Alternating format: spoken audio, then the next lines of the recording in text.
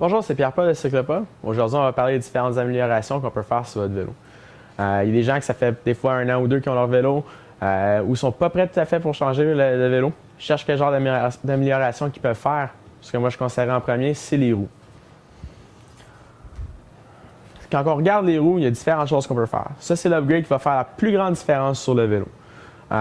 Tout dépendamment de quel style de vélo que vous faites, si vous êtes quelqu'un qui fait beaucoup de montées, quelqu'un qui fait beaucoup de time trial, quelqu'un qui fait des triathlons, on peut vraiment aller chercher des roues qui vont avoir différents avantages par leur propriété.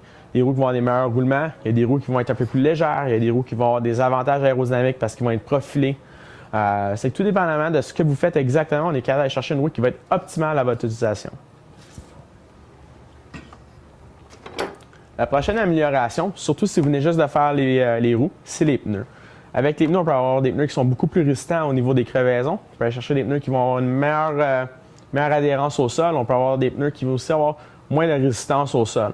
Encore là, même principe que les roues, tout dépendamment de ce que vous cherchez exactement. On est capable d'aller chercher vraiment un pneu qui va correspondre à vos besoins.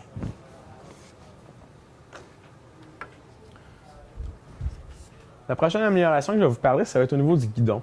On peut aller chercher beaucoup de confort au niveau du guidon, surtout si vous trouvez que le vélo n'est pas tout à fait confortable.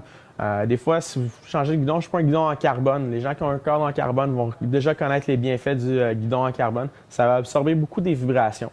L'autre chose aussi, si on regarde ce guidon-là, il est profilé sur le dessus. C'est quand on met nos mains sur le dessus, c'est un petit peu plus. On a une meilleure surface de contact avec la main.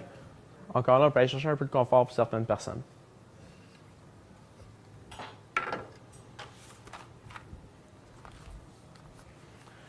Quand vous amenez votre vélo pour sa mise au point, c'est une bonne idée de regarder les câbles. Des fois, il y a des manufacturiers qui, à l'origine, ne vont pas nécessairement mettre tout le temps les meilleurs câbles qui sont sur le marché. Au lieu de changer les dérailleurs, changer le système de vitesse ou de frein pour que ça fonctionne mieux, essayez les câbles avant. Vous allez être surpris de la différence que ça peut faire.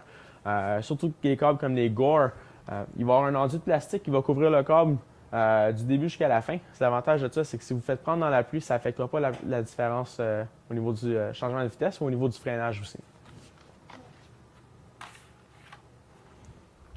Une fois que vous avez tout fait ça, vous ne savez plus quoi faire.